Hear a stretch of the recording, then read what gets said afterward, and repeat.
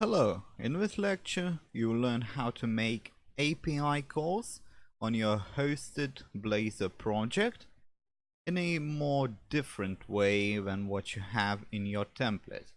Now say if we go to the templates fetchData.razor, you'll find this whole arrangement which you have seen before, and you'll get this HTTP, get JSON, and the type inserted there, and then the route, and that would work. However, when you go to the string, the basic string, it doesn't really work that well, and it doesn't work well on several cases. Plus, you can't really get some of the data associated to that.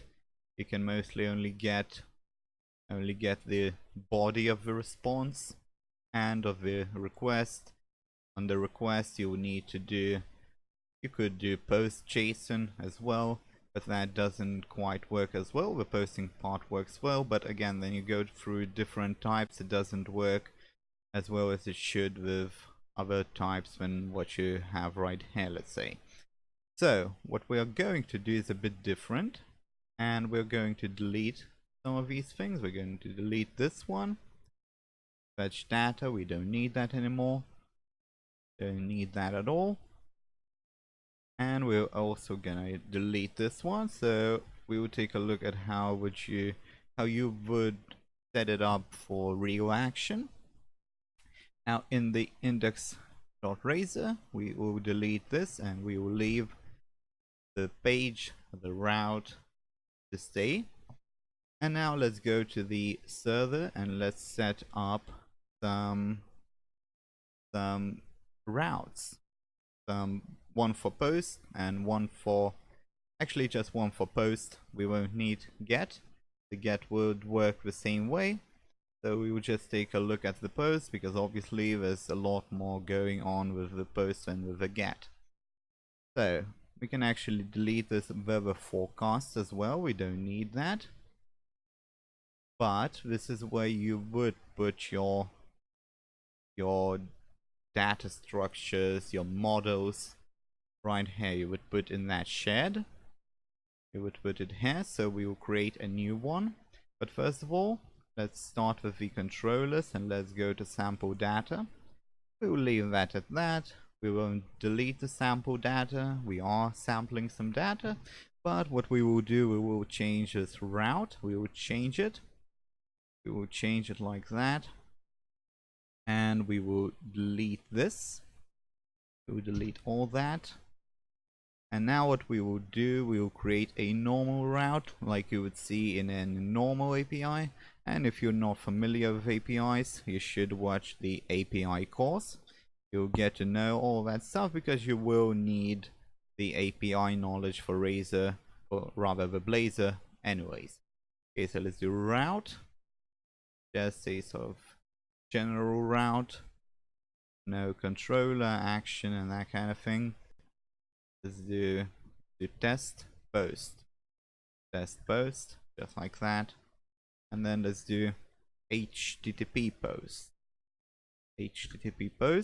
so that's the method, and you'll have to use obviously HTTP post method to get through this method, this C# method, that is. Okay, so let's do a simple public string, and you can see we are returning a string, not just some general object. Then let's call it test post, just like that. And here we will need to insert our little object, because you can't really create a form. You can't create a form. You need to have a sort of a proper object, a kind of an MVC arrangement going. You'll need to have, and this is a sort of MVC arrangement. You have the models, you have a view, and you have the controller. So most importantly, you have the controller and you have the model. The view is quite separate in this case. Okay, so we have that, and we basically will just send one value in the post request, and we will return it. So to do that, let's try to do it in shared. Let's create that object in share. So let's do add and class. Let's try to do if that works. If it doesn't, we'll just move on differently. Let's do test data object. Test data object, just like that. Add. Okay, let's see if it will work out for us. Do public. Let's see if we can gain access. Okay, we can gain access. You see, when you delete stuff in the shared, this will show you an error because it doesn't contain anything, and for some reason it finds a problem with that. There's nothing to worry about. You will probably use this sort of a class library most of the time anyways, because it's a good way to put your data cases in there. So now let's deal with that. We have a test data object and we need a little string. Let's do public string post value. Let's call it post value and get set, just like that. Okay, so we have that. And now this is the important part. Remember, we are not sending form data.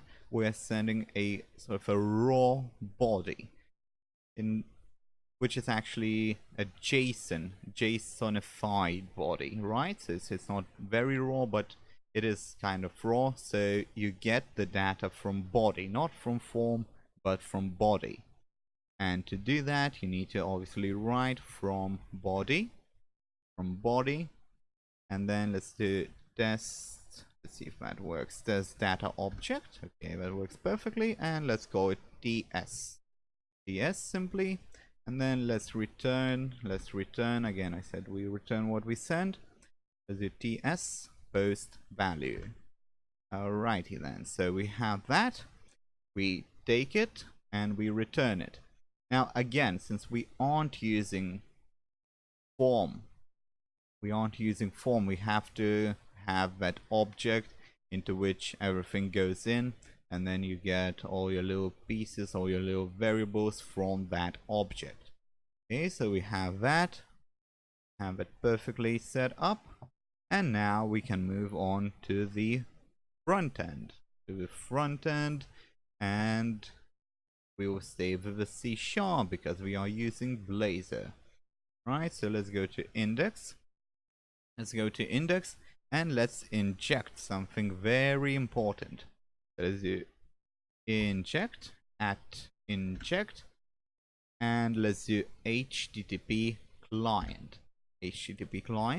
Now there are several different options to do this. You can actually use web requests as well, but this one will be better because you will have a direct untouched access to the base URL, or URI rather, to have that HTTP localhost or whatever kind of an address you are using. Okay, so we have that, and let's give it a name. Let's do HTTP, just like that. It's actually so far the same thing that you would find in the template, so there's nothing interesting yet. But then let's go to the functions,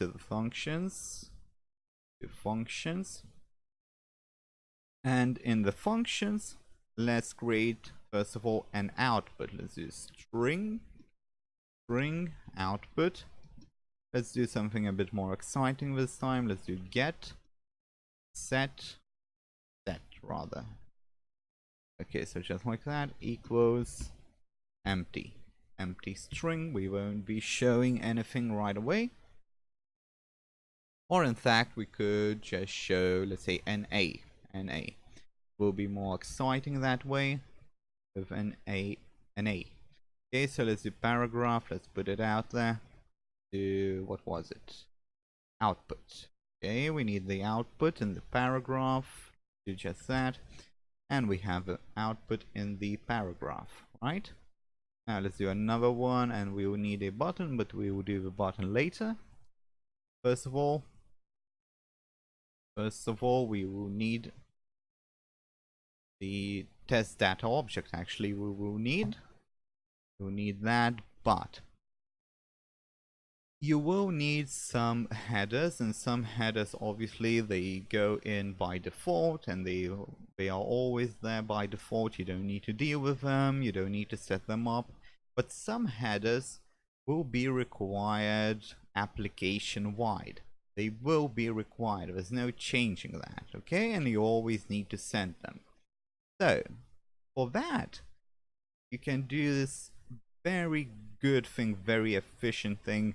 Like for example, you may need authentication header, authentication token to be passed to the server to authorize the access to certain route. Okay, so let's do protected. First of all, let's do on initialize. So let's do protected override void. Void, just like that. On init. On init. That we don't need that. And what we're gonna do here, so basically on init is it comes in, then you navigate to this particular page. And so what we will do here, we will do HTTP, that's our injection, and we will access default request headers, and then we will add a header, our fake oath header. So let's do oath. Okay, and that's TST, just like that. So now this header will come through, or rather with any call you make. Okay, so you have that. Now let's move to the interesting part, to the really interesting part, and that is the actual test call. So we will do asynchronous, async, and we will do task this time, and you will see why. You will see why. Don't need any types. Let's do test post call, just like that. Okay, we have that, and you will see why later when we go to the button. Okay, so we have that, and since we are using C# and we get good tracking of errors, let's try the try. Okay, let's try to catch the exception. Let's do E, let's go with E, and let's put it out into the output, because obviously we aren't gonna get anything there if we get an error. So let's do output equals E dot message, just in case. Now hopefully we won't get an error this time, but you never know. So let's leave it there. And what we are going to do now is we're gonna set up our request message. So basically this is the whole thing that is sent with your request. Okay, we will have that. So now let's do variable. Let's call it KVL, and you'll see why in a second. So equals new key pair value, key value pair actually. That's why it's KVL. Okay, so we have that, and we need the types. So let's do string, and let's do system JSON, and we can't find that. So system JSON is a great thing. That's the thing to go for if you need to deal with JSON. And we are using the client, so we will need to go to the manage NuGet packages, and we will need to install it for the client. Okay, just like that. System.json. As you can see, it's all very native by Microsoft, .NET Core, and all that. So you have a pre-release. I always discourage people from using pre-release. Just go with the latest stable. There probably aren't any serious and useful changes anyway, so let's go with a stable. Install it quickly. And again, this is very useful. You really don't need any third party for dealing with any of these JSON things on C# anymore. Okay, so let's get back to our index actually, and let's see if we have JSON, system JSON, and we have all that. So we need JSON value, then we will create that value. So this is a sort of a dictionary value, you could say. We don't have an actual dictionary because a dictionary is a list of key value pairs. Now this is a single pair. Okay, so this is a single pair, and you will see how we come together if you need more than one. So this is kind of like form data, but it goes directly into the raw body. Okay, so let's say post value. Post value, I believe that's what we called it. Yes, post value. Okay, and then let's do est. Let's go. Or rather, let's do something more interesting. As post works. That. Okay, so we have that. And now what's left to do is create a JSON object and then get it to the string content. Okay, so we need to get it to string content. So let's do a variable JSN equals new, again system JSON and JSON object. So this is how you get the JSON object created. So you have two options. You can have I enumerable, or you can simply add these key value pairs in as a parameters. Okay, so that's what we are going to do. We have kvl, and if you needed another one, you would just add another one like that. Okay, we have everything ready. Now we need to create a request message. So let's do variable, let's call it msg for message, and then let's do new http request. Let's see, we have that. HTTP request message. Okay, we have that, and you can also see we have response message as well. That's what we are going to get. So let's do HTTP request message first. Do that. Then let's do, first of all, you need two things here. You need the route and you need the type. So let's do HTTP method, and you do post. Post is the method. Okay, and then you have request URI, and that's our route. So our route, I believe it was this post, so it's best to just copy the routes. It's safer that way. Now, one thing to note, you can either put the full route in, or you can leave it like that, but you cannot put a slash in front of this. If you put a slash in front of this, it won't work. That first part, HTTP, the domain and all that, will not be added if you put a slash in front of the route. You cannot do that. Okay, so now in the message we need the content, obviously, and if we go to the message, actually we can explore it a little. We have content and we have headers, we have method, we have properties, the various properties and all that. And you can change request URI, you can change the version as well. So many things you can actually do with it. But we need the content, and the content will be string content this time. There's the new string content. Let's see if I can find that. I can. String content. Just like that. And you need several things here. First of all, you need to stringify the JSON. So let's do JSN to string, just like that. And then you need the encoding. So let's do system text and then encoding, and that's UTF-8.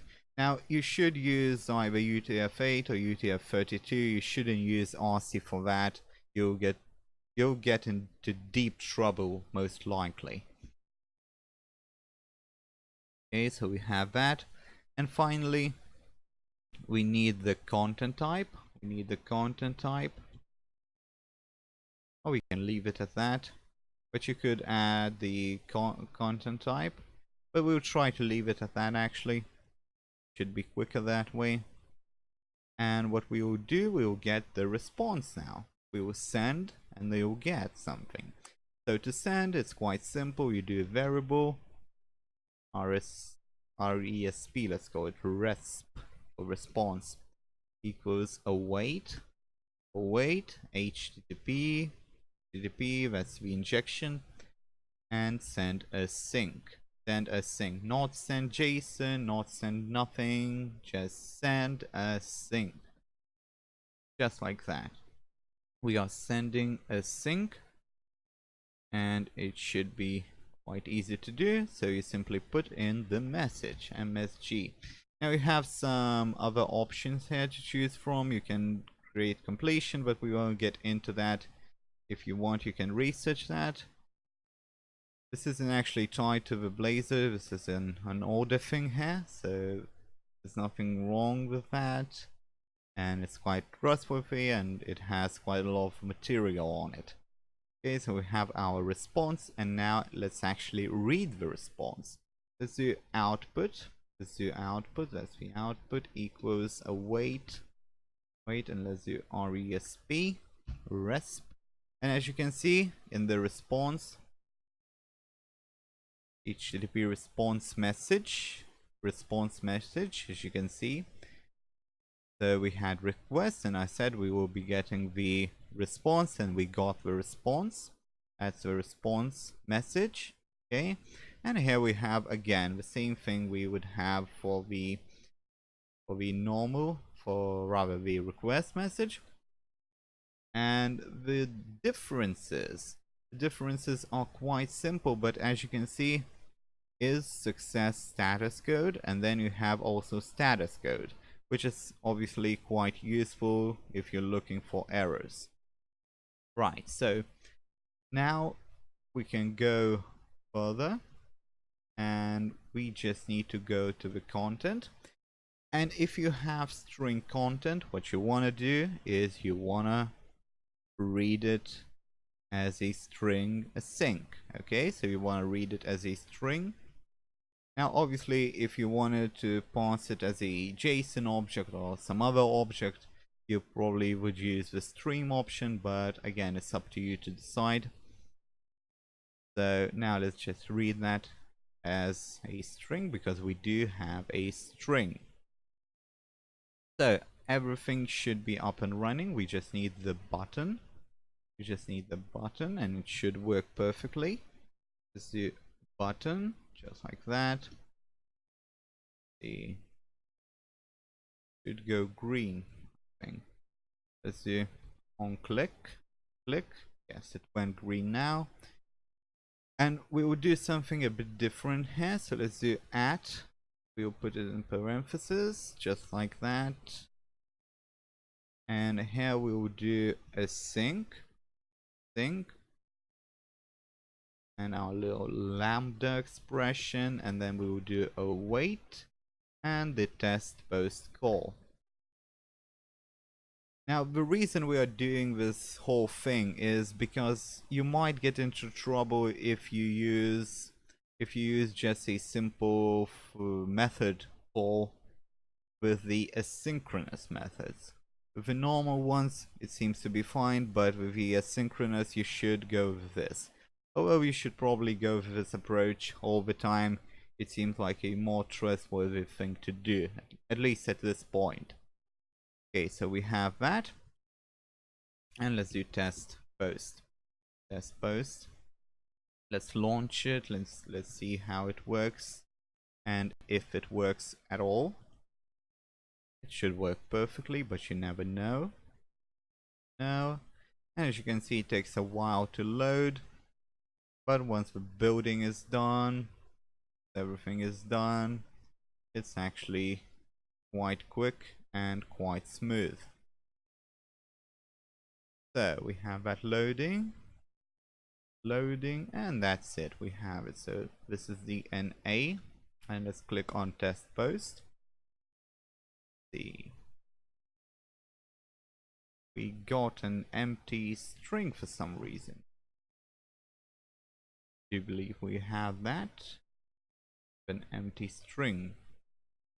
Now, what could be the problem? So, without getting into the actual problem, first let's try to debug the server side. Let's see if that works.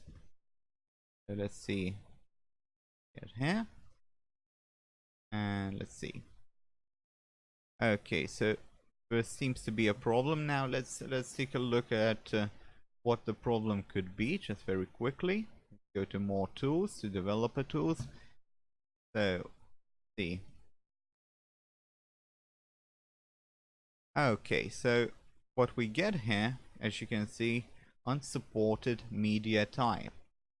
Now if we close that and we get back to Visual Studio and they close the debugging, we'll notice that we probably need that type, which we didn't add because we wanted to save time, but it doesn't quite work out that way. So let's put it right here. And what I did add is simply application/JSON. That is going to be the type. And let's try to relaunch it and see if that works again. Now, there are several nuances here, so you have to always be careful. It probably wasn't meant to be used in a very heavy way, but I'm sure we will adjust these things in the near future. As you can see, it loads very quickly. Try that again. Yeah, so now it goes to the server, and the reason I want to debug it on the server, I want to stop it right here, and I want to just take a quick look at some of the stuff we have. So as you can see, we have the post value, and that's it really. That's it. That's all we need to look at here, and just skip it for now. And as you can see in the front end, we get test post works, and it works, I would say, perfectly. So if you wanted to do get, you would simply just go here and you would change the HTTP post with get, and you would delete all those body things because you obviously don't need a body to send on get. If you need a body to send, you use put or post or something else. If you don't, you don't. So it's quite easy to do, and plus the good thing about it is that you can actually have the default headers. That's probably the best thing about it. And with that, we will conclude this lecture.